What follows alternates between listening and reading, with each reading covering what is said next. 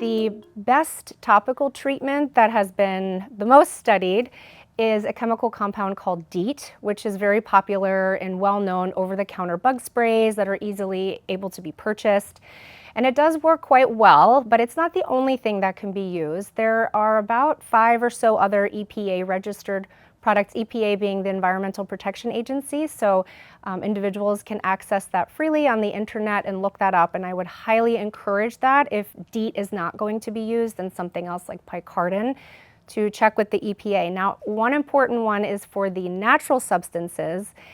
These oils are very popular, particularly eucalyptus, but one important distinction is that the only EPA-registered oil, if you will, is specifically oil of lemon eucalyptus, but there are a lot of other oils that are marketed, for example, just pure eucalyptus oil, and that actually doesn't have any properties at all that will ward off mosquitoes.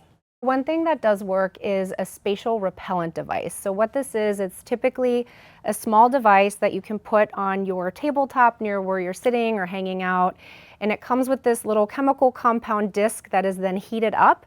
It actually is effective at creating a 15 to 20 foot invisible barrier that has been shown in studies to work. The only catch is that you shouldn't have your fan on or any type of heavy wind, but otherwise it will work very well. And one popular example that you can purchase over the counter is called Thermacell. So if you know you're traveling to an area with a lot of mosquitoes, one of my additional best tips is to use and apply a chemical compound called permethrin. So permethrin comes in a liquid form, typically a spray or a soak. It can be purchased online or at recreational outdoor sporting goods stores. And it's colorless, odorless, harmless to the person, but it's effectively toxic to over 200 different types of bugs, including mosquitoes and ticks. So people who are outside a lot, avidly bird watching or hiking, this is something that could be effective as well. And you can put all of your clothing and gear in there, like your backpacks and your socks, and it will last for 7 washes.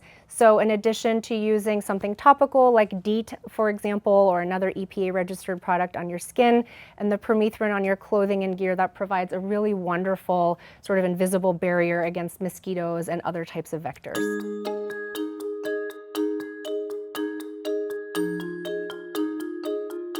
So there are some preventative measures that the public thinks works really well against mosquitoes, but the evidence shows that they don't really work all that great.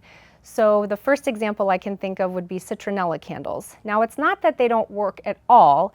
The idea is when they emit the odors, it's supposed to help mask some of the odors that people are just naturally putting off that mosquitoes are attracted to.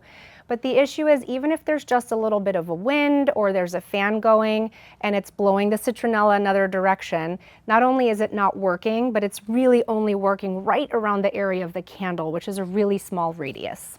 Another one would be the mosquito repelling bracelets. And the reason for that is because it's really only working right around the wrist area. It's not really distributing all throughout the skin, and it's not emitting any sort of meaningful protective radius around the person. Bug zappers are very popular and often purchased with the hope that they will deter mosquitoes. The thing is, bug zappers are great at attracting bugs, but not really that great at attracting mosquitoes. And actually a downside potentially could be that they tend to attract the type of bugs which are really important in our environmental food chain for birds and bats in particular. So they'll work against other bugs, but not really that great against mosquitoes.